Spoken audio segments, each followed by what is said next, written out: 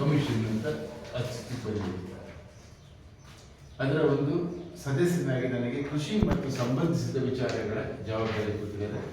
Shri B.R. Patil ಅಂತ ಹೇಳ್ಬಿಟ್ಟು ಅವರು ಬಹಳ ಪ್ರಗತಿಪರ ಸಮಾಜವಾದಿ ಹಿನ್ನೆಲೆಯ ವ್ಯಕ್ತಿ, ಅದರ ಉಪಾಧ್ಯಕ್ಷರಾಗಿದ್ದಾರೆ. ಮಾನ್ಯ ಮುಖ್ಯಮಂತ್ರಿಗಳ ಅಧ್ಯಕ್ಷರಾಗಿದ್ದಾರೆ.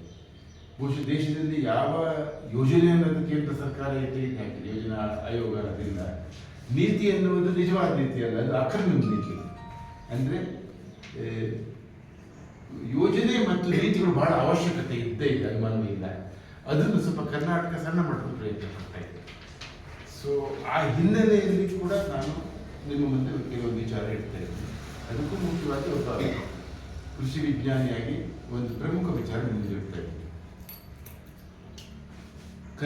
ಬೆಂಗಳೂರು ಸುತ್ತಮುತ್ತ 6-7 ಕಡೆ ರೈತರ ತೀವ್ರ ಪ್ರತಿಭಟನೆ ನಡೀತಾ ಇದೆ.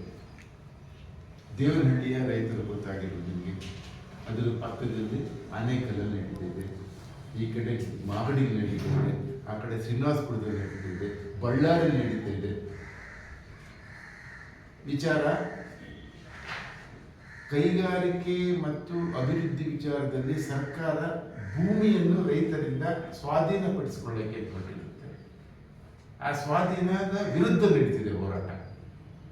ಲ್ಯಾಂಡ್ ಅಕ್ವಿಸಿಷನ್ ಬಗ್ಗೆ ನಡೀತಕ್ಕಂಥ ಹೋರಾಟ. ಇನ್ನು ದೇವನಹಳ್ಳಿ ಹೋರಾಟ ಗೊತ್ತಿರಬಹುದು. 1770 ಎಕರೆ ಈಗ ಇಂಟರ್ನ್ಯಾಷನಲ್ ಏರ್ಪೋರ್ಟಿನ ಹಿಂಬದಿನೇ 3 ವರ್ಷಕ್ಕೂ ಮೀರಿದ ರೈತರು ಮಾಡಿದ್ದಾರೆ. 1770 13 ಹಳ್ಳಿಗಳಲ್ಲಿ 1770 ಎಕರೆಗೆ ಭೂಮಿಯನ್ನು ನಮಗೆ ಬಿಟ್ಕೊಡೋದಿಲ್ಲ, ನಮಗೆ ಬೇಕು, ಈಗಾಗಲೇ ನಾವು ಕೊಟ್ಟಿದ್ವಿ. ಅದು 3ನೇ ಹಂತದ ಒಂದು ಅಕ್ವಿಸಿಷನ್ ಆಗಿದೆ. ಈ ವಿಚಾರ 3 ವರ್ಷಗಳಾಯಿತು. ದೇಶದ ನಮ್ಮ ಘನ ಸರ್ಕಾರ ಈ ಒಂದು ನಿಜವಾದ ಬೇಡಿಕೆ ಇದು ಫಲವತ್ತಾದ ಭೂಮಿ ಆ ಒಂದು ಮೊಟ್ಟ ಮೊದಲ ಬಾರಿಗೆ ತನ್ನ ಒಂದು ಆದೇಶವನ್ನು ವಾಪಸ್ ಪಡ್ಕೊಂಡಿದೆ. ಅದಕ್ಕೆ ನಾವು ಸರ್ಕಾರದಲ್ಲಿ ಅಭಿನಂದಿಸಿದ್ರು. ಆದರೆ ಬೇರೆ ಬೇರೆ ಕಡೆ ನಡೀತಾ ಇದೆ.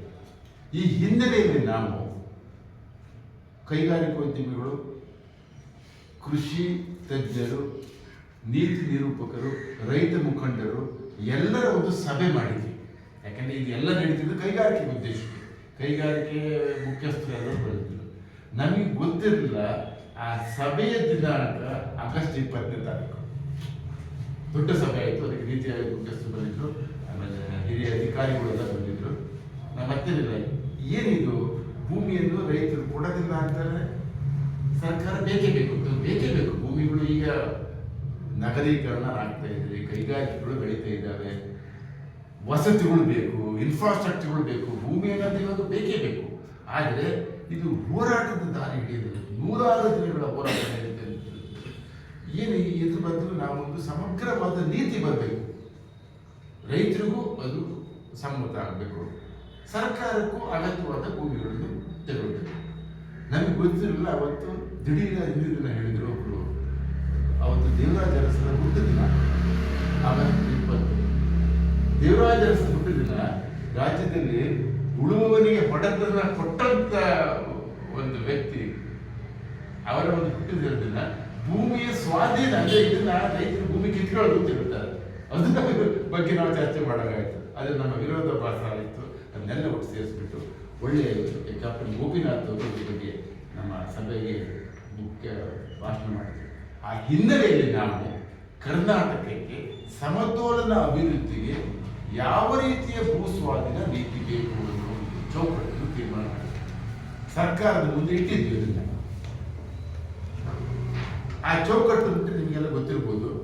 2013ರಲ್ಲಿ ಈ ವಿಚಾರದ ಬಗ್ಗೆ ಸಾಕಷ್ಟು ಚರ್ಚೆ ಆಗಿ UP ಇದ್ದಾಗ ಒಂದು ಸಮಗ್ರ ಭೂಸ್ವಾಧೀನ ನೀತಿ ಅನ್ನುವುದು ಹಕ್ಕೊಂದು ಬಂತು. ಅದನ್ನ ಏನಂತ ವೇದಾ ಪಾಠಕರನ್ನ ಮಾಡಿ ಭೂಸ್ವಾಧೀನ, ಪುನರ್ವಸತಿ ಮತ್ತು ಪುನರ್ನೆಲೆಯ ಪಾರದರ್ಶಕತೆ ಮತ್ತು ನ್ಯಾಯಯುತ ಪರಿಹಾರದ ಹಕ್ಕು. ಲ್ಯಾಂಡ್ ಬೇಸಿಕ್ ರೈಟ್ ಇದು ಲ್ಯಾಂಡ್ ಅಕ್ವಿಸಿಷನ್. ಎಲ್ಲರೂ ಒಳ್ಳೆಯದು ಅಂತೇಳಿ ಅದರಲ್ಲಿ 80 ಭಾಗ ರೈತರಿಂದ ಸಹಮತಿ ಪಡಿಬೇಕು. ರೈತರಿಗೆ ಮಾರುಕಟ್ಟೆಯ ಬೆಲೆಗಿಂತ 3-5 ಪಟ್ಟು ದುಡ್ಡು ಕೊಡಬೇಕು. ಯಾವುದೇ ಕಾರಣಕ್ಕೆ ನೀರಾವರಿಯ ಕೃಷಿಯೋಗಿ ಭೂಮಿಯನ್ನು ವಶ ಮಾಡಿಕೊಳ್ಳಿಕ್ಕೂಡ್ದು. ಆಮೇಲೆ ಸೋಷಿಯಲ್ ಇಂಪ್ಯಾಕ್ಟ್ ಅಸೆಸ್ಮೆಂಟ್ಗಳು ಆಗಬೇಕು, ಇವೆಲ್ಲವೂ ಇತ್ತು. ಇದನ್ನ ನೀವು ಎಲ್ಲ ರಾಜ್ಯಗಳು ಕಡೆಗಣಿಸಿದ್ದಾರೆ. ಇದು ಯಾವುದನ್ನು ಇದನ್ನು ಪರಿಗಣಿಸಬೇಕು ಅನ್ನುವಂಥದ್ದು ನಾವು ಕರ್ನಾಟಕ ಸರ್ಕಾರದ ಮುಂದಿಟ್ಟಿರ್ತಕ್ಕಂಥ ಮೊದಲನೇ ಭೂಸ್ವಾಧೀನ ನೀತಿಯ ಮುಖ್ಯ ವಿಚಾರ. ಎರಡನೇ ಮುಖ್ಯ ವಿಚಾರ ಅಂದ್ಬಿಟ್ರೆ ದುರದೃಷ್ಟವಶ KIDB, Karnataka industrial area development board ಅಂತ ತಕ್ಷಣ ರೈತರು ಗಾಬರಿ ಬೆಳಗಾಗೋಗ್ಬಿಟ್ಟಿದೆ. ಎಲ್ಲ ಭೂಸ್ವಾಧೀನ ಪ್ರಕ್ರಿಯೆ ಹಿಂದಿರತಕ್ಕಂಥ ಸಂಸ್ಥೆ KIDB. ಇದು ಸಂಪೂರ್ಣ ಪಾರದರ್ಶಕವಾಗಿಲ್ಲ. ನಮ್ಮ ಪ್ರಕಾರ ಈಗಾಗಲೇ KIDB ಅಂತ 40,000ಕ್ಕೂ ಅಧಿಕ ಎಕರೆ ಭೂಮಿಗಳು ಈಗಾಗಲೇ ವಶಪಡಿಸಿಕೊಂಡಿದ್ದಾರೆ. ಹಿಂದೆ ಯಾವ ಕಾರಣಕ್ಕೆ ವಶಪಡಿಸಿಕೊಂಡಿದ್ದಾರೆ ಅದು ಈಗಾಗಲೇ ಸರಿಯಾದ ಸದುಪಯೋಗ ಆಗಿಲ್ಲ. ಹಾಗಿರ್ಬೇಕು ಅಂತಾರೆ KIDB ದುರದೃಷ್ಟವಶಾತ್ KIDB ಅನ್ನೋದು ಮುಖ್ಯಸ್ಥರೇ ನಮ್ಮ ಮುಖ್ಯಮಂತ್ರಿಗಳು ಕಾಣುತ್ತೆ. KIDB ಅನ್ನೋದು ಪಾರದರ್ಶಕ ದೃಷ್ಟಿಯಿಂದ ಯಾಕೆ ನೀವು ವಶಪಡಿಸಿಕೊಳ್ಳುತ್ತೀರಿ, ಯಾವ ಉದ್ದೇಶಕ್ಕೆ ವಶಪಡಿಸಿಕೊಳ್ಳುತ್ತೀರಿ, ಎಲ್ಲಿ ವಶಪಡಿಸಿಕೊಳ್ಬೇಕು. ಎಲ್ಲ ಭೂಮಿಗಳು ಬೆಂಗಳೂರು ಸುತ್ತಮುತ್ತಲ ಅವಶ್ಯಕತೆ ಇದೆ. ಅದು ಬೆಂಗಳೂರು ಸುತ್ತಮುತ್ತ ಅಂತನಲ್ಲ, ಇಂಟರ್ನ್ಯಾಷನಲ್ ಏರ್ಪೋರ್ಟ್ ಇಂದ ಹಿಂಬದಿನ ಭೂಮಿ ಬೇಕಾಗಿದೆಯಾ, ಫಲವತ್ತಾದ ಭೂಮಿ ಬೇಕಾಗಿದೆಯಾ, ಎಲ್ಲಕ್ಕಿಂತ ಮುಖ್ಯ ಎಷ್ಟು ಭೂಮಿ ಬೇಕಾಗಿದೆ. ಈಗ ನಾವೊಂದು ಮನೆ ಕಟ್ಟಬೇಕು ಅಂತ 30-40 ಸೆಂಟಿ ಹೋಗ್ತೀವಿ. ಮನೆ ಕಟ್ಟಬೇಕು ಅಂತ ಹೇಳ್ಬಿಟ್ಟು 50 ಎಕರೆ ನಾನು ಕೇಳೋದಿಲ್ಲ. ಯಾವುದೇ ಒಂದು ಇಂಡಸ್ಟ್ರಿ ಬೇಕಾಗಿರೋದು 10,000 20,000 ಸ್ಕ್ವೇರ್ ಫೀಟ್ ಅಂದ್ರೆ ಹಬ್ಬ ಬಾರ್ಬಿಟ್ಟು 20-40 ಕೋಟಿ ಆಗುತ್ತೆ. ಮೈಸೂರಲ್ಲಿ ಇನ್ಫೋಸಿಸ್ 300 ಎಕರೆ ಭೂಮಿಯನ್ನು ವಶಪಡಿಸಿಕೊಂಡಿದ್ದಾರೆ. 300 ಎಕರೆ 150-200 ಎಂಪ್ಲಾಯೀಸ್ ಇರೋಂಥದ್ದು. ಇಂಡಸ್ಟ್ರಿ ಬೇಕಾಗಿದ್ದು ಬಿಲ್ಡಿಂಗ್ ಭೂಮಿ ಅಲ್ಲ, ಡಿಸ್ಪ್ರಪೋರ್ಷನೇಟ್. ಕೈ ಹಾಕಿದಂತ 1000 ಎಕರೆ 500 ಎಕರೆ ಇದು ದೇಶಾದ್ಯಂತ ನಡೀತಿದೆ ಕರ್ನಾಟಕದ ಮಾತ್ರ. ಹಾಗಾಗಿ ಎಷ್ಟು ಬೇಕು ನಿಮಗೆ ಭೂಮಿ, ಎಲ್ಲಿ ಬೇಕು ಮತ್ತು ಎಷ್ಟು ಉದ್ಯೋಗ ಸೃಷ್ಟಿಯಾಗಿದೆ, ಉದ್ಯೋಗ ಸೃಷ್ಟಿ ಅಂತ ಕೇಳ್ತಿದ್ದಲ್ಲ. ಇವೆಲ್ಲ ವಿಚಾರಗಳ ಬಗ್ಗೆಯೂ ಕೂಡ ಸಮಗ್ರವಾದ ಪಾರದರ್ಶಕ KIDB ಅನ್ನು ತರಬೇಕು ಅನ್ನುವಂಥದ್ದು. ಮೂರನೇದು ಬಹಳ ಮುಖ್ಯ ವಿಚಾರ. ಈ ಹಿನ್ನೆಲೆಯಲ್ಲಿ ಸಾಕಷ್ಟು ರಿಯಲ್ ಎಸ್ಟೇಟ್ ದಂಧೆ ಆಗಿದೆ ಅಂತ ಗೊತ್ತಿರೋದು. ಒಂದು ಕಾರಣಕ್ಕೆ ನೀವು ಭೂಮಿ ಪಡ್ಕೊಳ್ಳೋದು, ಆ ಕೈಗಾರಿಕೆ ಇನ್ನೇನಕ್ಕೂ ಬಳಸ್ಕೊಳ್ಳೋಂಥದ್ದು, ಯಾವುದೋ ಒಂದು ಉದ್ದೇಶಕ್ಕೆ ಅಂತ ಕೈಗಾರಿಕೆ ಬರ್ತದೆ. ನಾನು 50 ಎಕರೆ 100 ಎಕರೆ ತಗೊಳ್ಳೋಂಥದ್ದು ಒಂದು 5-6 ವರ್ಷ ಆದಮೇಲೆ ಅದು ಕನ್ವರ್ಟ್ ಟು ರಿಯಲ್ ಎಸ್ಟೇಟ್ ಆಗಿ ಹೋಗ್ಬಿಟ್ಟಿದೆ. ದೊಡ್ಡ ರಿಯಲ್ ಎಸ್ಟೇಟ್ ಮಾಫಿಯಾಗಳು ಕೂಡ ಕೆಲಸ ಮಾಡ್ತಿದೆ. ಇವೆಲ್ಲದನ್ನು ಕೂಡ ನೋಡಿ ಸಮಗ್ರವಾದ ಭೂಸ್ವಾಧೀನ ನೀತಿ ಈ ರಾಜ್ಯದಲ್ಲಿ ಬರಬೇಕು. ಸಮತೋಲನ ಅಭಿವೃದ್ಧಿ ಆಗಬೇಕು. ಬರೀ ಬೆಂಗಳೂರು ಮಾತ್ರ ಅಂತನಲ್ಲ, ಬೇರೆ ಬೇರೆ ಕಡೆಯಲ್ಲೂ ಕೂಡ ಕೈಗಾರಿಕೆ ಆಗಬೇಕು. ಕೈಗಾರಿಕೆ ಅಂದ ತಕ್ಷಣ ವಿದೇಶದ ಕೈಗಾರಿಕೆ ಬೃಹತ್ ಬಂಡವಾಳ, ಸಣ್ಣ ಮತ್ತು ಅತಿ ಸಣ್ಣ ಕೈಗಾರಿಕೆ ಖಾಸಿ ಆದರೂ ನಮ್ಮ ಜೊತೆ ಗ್ರಾಮೀಣ ನಮಗೆ ಭೂಮಿನೇ ಬೇಡ, ಇಂಡಸ್ಟ್ರಿಯಲ್ ಶೆಡ್ ಕೊಡಿ ಸಾಕು. ನೀವು ಗೊತ್ತಿಲ್ಲ, ಸಣ್ಣ ಸೂಕ್ಷ್ಮ ಮತ್ತು ಅತಿ ಸಣ್ಣ ಕೈಗಾರಿಕೆಗಳು ಹೆಚ್ಚು ರಫ್ತು, ಹೆಚ್ಚು ಉದ್ಯೋಗ, ಹೆಚ್ಚು GDP ಕೊಡ್ತಿರೋದು ಅವು ಕಡೆ ಗಮನ ಇಲ್ಲ. ಕೈಗಾರಿಕಾ ಅಭಿವೃದ್ಧಿ ಕೂಡ ದೊಡ್ಡದಾಗ್ತದೆ, ಅವ್ರ ಬಗ್ಗೆ ಗಮನ ಕೊಡಿರೋದು ಖಾಸಿ ಅಭಿವೃದ್ಧಿ. ನಾವಿದ್ದು ನಮಗೆ ಬೆಂಗಳೂರು ಬೇಕಾಗೇ ಇಲ್ಲ, 100 ಎಕರೆ ಬೇಕಾಗೇ ಇಲ್ಲ, ಸರಿಯಾದ ಶೆಡ್ ಕೊಡಿ. ಕೈಗಾರಿಕೆ ಅದ್ರ ಬಗ್ಗೆ ಕೊಡಬೇಕು, ಬೆಂಗಳೂರು ಬಗ್ಗೆ ಮಾತ್ರ ಇಲ್ಲ. ಸಮತೋಲನ ಅಭಿವೃದ್ಧಿ ಆಗಬೇಕು, ಪರಿಸರ ದೃಷ್ಟಿಯಿಂದ ಯೋಚನೆ ಮಾಡಬೇಕು. ಯಾವುದೇ ಕಾರಣ ಈಗ ರಿಸರ್ವ್ ಫಾರೆಸ್ಟ್ ಮುಟ್ಟಾಗಿಲ್ಲ, ಆ ದೃಷ್ಟಿಯಿಂದ ರಿಸರ್ವ್ ಫಾರೆಸ್ಟ್ ಅನಾಹುತಗಳು ಆಗಿದಾಗ ಅದೇ ತರ ಕೃಷಿ ಯೋಗ್ಯ ಭೂಮಿಯನ್ನು ಯಾವುದೇ ಕಾರಣಕ್ಕೆ ಪರಿವರ್ತನೆ ಮಾಡಬಹುದು. ನಿಮ್ಗೆ ಗೊತ್ತಿದೆ, ವಿಶ್ವದಲ್ಲಿ ಒಟ್ಟು ಭೂಮಿಯಲ್ಲಿ ಕೃಷಿ ಯೋಗ್ಯ ಭೂಮಿ ಕೇವಲ 10-12% ಮಾತ್ರ. ಎಲ್ಲ ಭೂಮಿಯಲ್ಲಿ ಕೃಷಿ ಮಾಡೋಕ್ಕಾಗೋದಿಲ್ಲ. ಹಾಗಿರ್ಬೇಕು ಅಂತ ಇದೆ. ನೀರಾವರಿ 2-3 ಬೆಳೆ ಬೆಳೀತಕ್ಕಂಥದ್ದು ಬೆಂಗಳೂರು ಸುತ್ತಮುತ್ತ ಆಗ್ತಿರುವಂಥದ್ದು ನೀರಾವರಿ ಯೋಗ್ಯ ಭೂಮಿಯನ್ನ ಆ ಕಾರಿಡಾರು ಈ ಕಾರಿಡಾರು ಬರುತ್ತೆ ಅಂತ ವಶಪಡಿಸಿಕೊಂಡು ಭಯಂಕರ ಭೂಮಿ ಇದೆ, ಬರಡು ಭೂಮಿ ಉಳಿದಾರೆ. ಆ ಭೂಮಿ ಕೇಳಿ ಕೃಷಿ ಯೋಗ್ಯ ಭೂಮಿಯನ್ನು ಯಾವುದೇ ಕಾರಣಕ್ಕೂ ವಶಪಡಿಸಿಕೊಳ್ಳಿ ಕೊಡ್ತು. ಮತ್ತು ಈಗಾಗಲೇ ವಶಪಡಿಸಿಕೊಂಡಿರೋ ಭೂಮಿಯ ಬಗ್ಗೆ KIDB ಒಂದು ಶ್ವೇತಪತ್ರ ತರಬೇಕು. ಎಷ್ಟು, ಯಾಕೆಂದರೆ ಅವರ ರೈತರಲ್ಲೂ ಕೂಡ ಹೌದು ಈಗ ಎಷ್ಟು ವಶಪಡಿಸಿಕೊಂಡಿದ್ದಾರೆ ಅದೆಲ್ಲ ವಿವರಗಳು ನಾವು ಪುಸ್ತಕ ನಾವು ಓದ್ತಿದ್ದೀವಿ. ಎಷ್ಟು ವಶಪಡಿಸಿಕೊಂಡಿದ್ದಾರೆ, ಎಷ್ಟು ಉಪಯೋಗವಾಗಿದೆ, ಎಷ್ಟು ಸದುಪಯೋಗ ಆಗಿದೆ, ವಶಪಡಿಸಿಕೊಂಡ ಕಾರಣಕ್ಕೆ ಕೈಗಾರಿಕೆ ನಡೀತಾ ಇದೆಯಾ, ಉದ್ಯೋಗ ಸೃಷ್ಟಿಯಾಗಿದೆಯಾ, ಕನ್ನಡಿಗರ ಉದ್ಯೋಗ ಸಿಕ್ಕಿದೆಯಾ, ಇವೆಲ್ಲ ಹೇಳಿದ್ರೆ ಮುಂದುವರಿಬಹುದು ತಾನೆ. ಇದ್ರ ಬಗ್ಗೆ ಒಂದು ಶ್ವೇತಪತ್ರ ಬೇಕು. ಇವೆಲ್ಲ ಆದ ನಂತರ ದಯಮಾಡಿ ರಾಜ್ಯ ಸರ್ಕಾರ ಭೂ ಸ್ವಾಧೀನಕ್ಕೆ ಮುಂದುವರಿದೆ. ಇದನ್ನ ಯಾಕೆ ಹೇಳ್ತೀನಿ ಬಿಟ್ಟರೆ ಬಹುಶಃ ದೇಶದಲ್ಲೇ ಭೂ ಸುಧಾರಣೆ ತಂದಂಥ ರಾಜ್ಯ ಕರ್ನಾಟಕ. ಈಗ ಅದಕ್ಕೆ ವಿರುದ್ಧ ಪ್ರತಿಕ್ರಿಯೆ ನಡೆದಿದ್ದೇವೆ, ಅದನ್ನು ಸ್ವಾಧೀನಪಡಿಸಿಕೊಳ್ಳಲು ಒಂದು ಸರಿಯಾದ ರೀತಿಯ ಹೆಜ್ಜೆ ಇಡಿ, ದೇಶಕ್ಕೆ ಮಾದರಿಯಾಗ್ತೀರಿ ನೀವು. ಜೊತೆಗೆ ಈ ಶಿವಮೊಗ್ಗ ಜಿಲ್ಲೆ ಕಾಗೋಡು ಸತ್ಯಾಗ್ರಹ ತಂದಿರತಕ್ಕಂಥದ್ದು ಗೋಪಾಲಗೌಡರು ಇದೊಂದು ಕ್ಷೇತ್ರ. ಹಾಗೆ ಭೂಮಿಯನ್ನು ರೈತರಿಂದ ಪಡಿಬೇಕಾದ್ರೆ ಬಹಳಷ್ಟು ಎಚ್ಚರ ಬೇಕು. ಸಮಗ್ರ ಭೂ ಸ್ವಾಧೀನ ಯೋಜನೆಯನ್ನು ಮಾಡಿ ಅಂತ ಹೇಳಿದ್ವಿ. ಈಗ ನಾನು ಯೋಜನಾ ಮತ್ತು ನೀತಿ ಆಯೋಗದಲ್ಲಿರೋದ್ರಿಂದ ನಾವು ಸರ್ಕಾರದ ಮುಂದೆ ಇಟ್ಟಿದ್ವಿ ಇವೆಲ್ಲ ವಿಚಾರಗಳನ್ನು. ಮತ್ತು ಅಂಥ ಒಂದು ಸಮಗ್ರ ಭೂ ಸ್ವಾಧೀನ ನೀತಿಯ ನಿರ್ಮಾಣ ಮಾಡೋ ಜವಾಬ್ದಾರಿ ನಾವೇ ವಹಿಸಿಕೊಳ್ತೇವೆ. ನಮ್ಮ ಪ್ರಸ್ತಾವನೆಯನ್ನು ಕೂಡ ಸರ್ಕಾರ ಮುಂದೆ ಇಟ್ಟಿದ್ವಿ. ಯಾಕಂದರೆ ಯೋಜನಾ ಮತ್ತು ನೀತಿ ಆಯೋಗ ಮಾಡ್ತಕ್ಕಂಥ ಕೆಲಸ ಇದು ನಿಮ್ಮ ಮುಂದೆ ಯಾಕೆ ಹೇಳ್ತೀನಿ ಅಂದರೆ, ಇದು ರೈತರ ಜೊತೆಗೆ ಭೂ ಸ್ವಾಧೀನ ಅನ್ನೋದು ವಾಸ್ತವ, ನಾವು ಖಂಡಿತ ಬದುಕಲ್ಲ, ಕೈಗಾರಿಕೆ ಬೇಕೇ ಬೇಕು. ಈ ಎಲ್ಲ ಪ್ರಶ್ನೆಗಳು ಉತ್ತರ ಆಗಬೇಕು ಅಂತಂದರೆ ರೈತರಿಗೂ ಉತ್ತರ ಬೇಕಾಗುತ್ತೆ, ಸಾಮಾನ್ಯ ಸಾರ್ವಜನಿಕರು ಬೇಕಾಗುತ್ತೆ. ಮೂರು ತಿಂಗಳಂತೆ ಕೈಗಾರಿಕಾ ವಲಯ ಕೂಡ ಸ್ಪಂದಿಸ್ತಾ ಇದೆ. ಅವತ್ತಿನ ಇದಕ್ಕೆ ಕಾಸಿಯಾದ ಮುಖ್ಯಸ್ಥರು, ಕರ್ನಾಟಕ ಫಿಕ್ಕಿ ಮುಖ್ಯಸ್ಥರು, ಕ್ರಾಫ್ಟ್ ಅವರು, ಮತ್ತು ಅದರ ಹಾಲಿ ಅಧ್ಯಕ್ಷರು ಬಂದಿದ್ದ ಸಂಪತ್ ಸಾಮ್ರಾಜ್ ಅಂತ ಹೇಳ್ಬಿಟ್ಟು ಅವರು ಹಿಂದಿನ ಕರ್ನಾಟಕ ಕೈಗಾರಿಕಾ ಮತ್ತು ವಾಣಿಜ್ಯ ಫೆಡರೇಷನ್ ಅಧ್ಯಕ್ಷರಾಗಿದ್ದರು. ಇವರೆಲ್ಲರೂ ಕೂಡ ನಮ್ಮ ಜೊತೆ ಸಮೂಹದಲ್ಲಿದ್ದಾರೆ. ಇಂಡಿಯಾ ಇಂಡಸ್ಟ್ರಿಯಲ್ ಎಸ್ಟೇಟು ನಮ್ಮ ಜೊತೆ ಬರ್ತಾರೆ. ಹೌದು, ಒಟ್ಟು ಸೇರಿ ಮಾಡೋಕ್ಕೆ ಹೋಗೋಣ, ಪಾರದರ್ಶಕತೆ ಅಂತಿರಲಿ. ಅವ್ರು ಕೇಳೋದಷ್ಟೇ, ಭೂಮಿಯ ವ್ಯಾಮೋಹದ ಮೇಲೆ ಯಾವ ಕೈ, ಯಾಕೆಂದ್ರೆ ಯಾಕೆ ಹೇಳ್ತೀನಿ ಬಿಟ್ಟರೆ ಹೇಳಿದ್ದಕ್ಕೆ ನೋಡಿ, ನೀವು ಕೂಡ ಇರುವಂತೆ ನಾವು ತಮಿಳುನಾಡಿಗೆ ಹೋಗ್ತೀವಿ, ಹೈದರಾಬಾದಿಗೆ ಹೋಗ್ತೀವಿ, ಅಲ್ಲಿ 100 ರೂಪಾಯಿಗೆ 50 ರೂಪಾಯಿಗೆ ಯಾಕೆ ಭೂಮಿ ಕೊಡ್ತೀವಿ ಅಂತ ಹೇಳ್ತಾರೆ. ಇದು ಆಟ ಆಡಲಿ.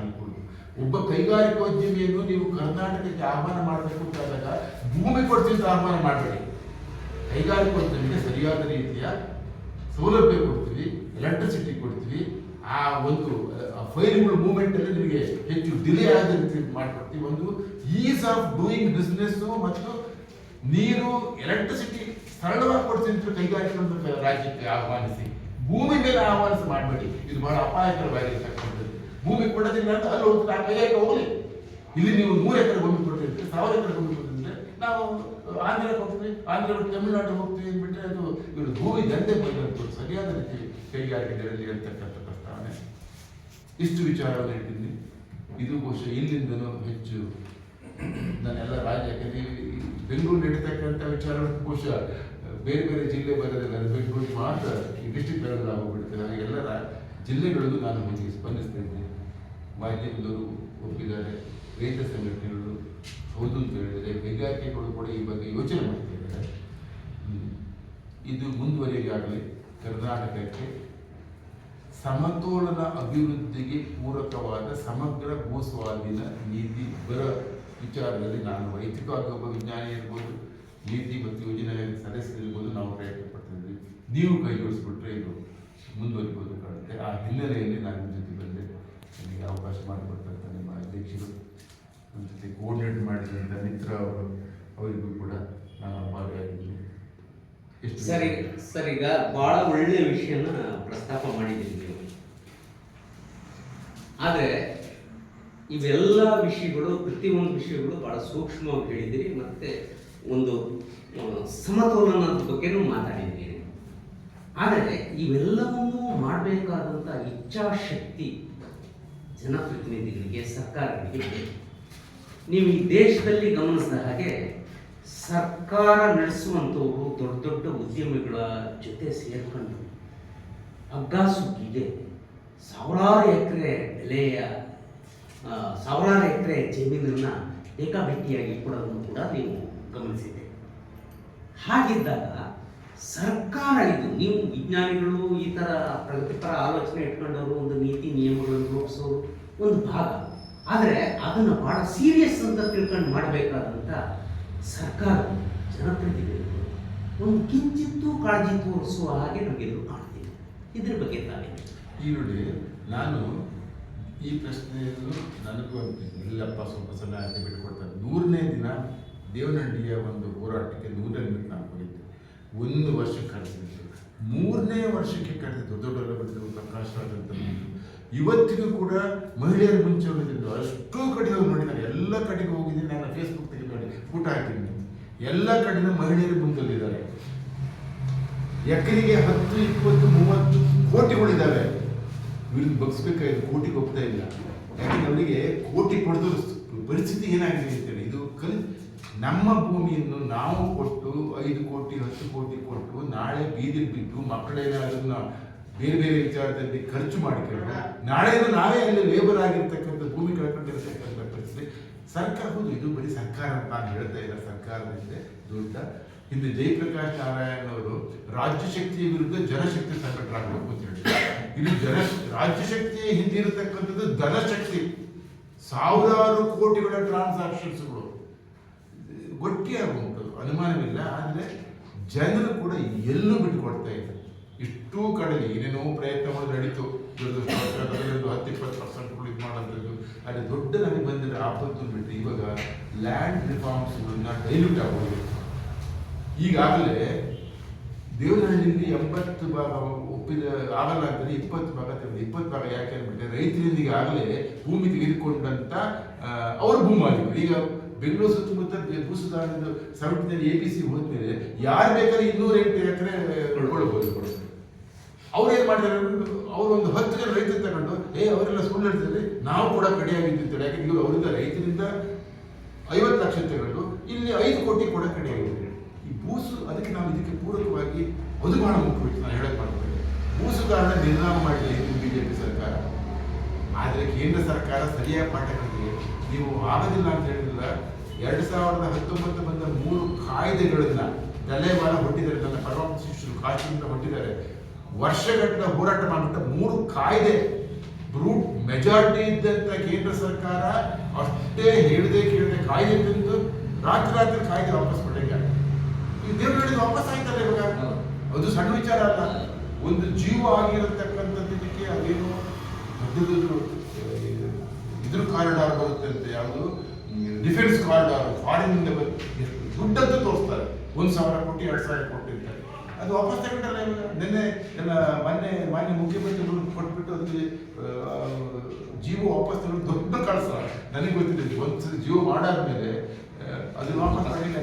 ಹಾಗೆ ರೈತರು ಹೋಗ್ತಾರೆ ಹುಟ್ಟು ತಿಂಗಳನ್ನ ಅದನ್ನ 10 ಕೋಟಿ ಕೊಟ್ಟರು ಕೂಡ ನಾವು 1 ಎಕರೆ ಭೂಮಿ ಕೊಡೋದು ರೈತರಿದ್ದಾರೆ, ಮಹಿಳೆಯರು ಗಟ್ಟಿಯಾಗಿರ್ತಾರೆ, ಅವ್ರಿಗೆ ಗೊತ್ತಾಗಿದೆ.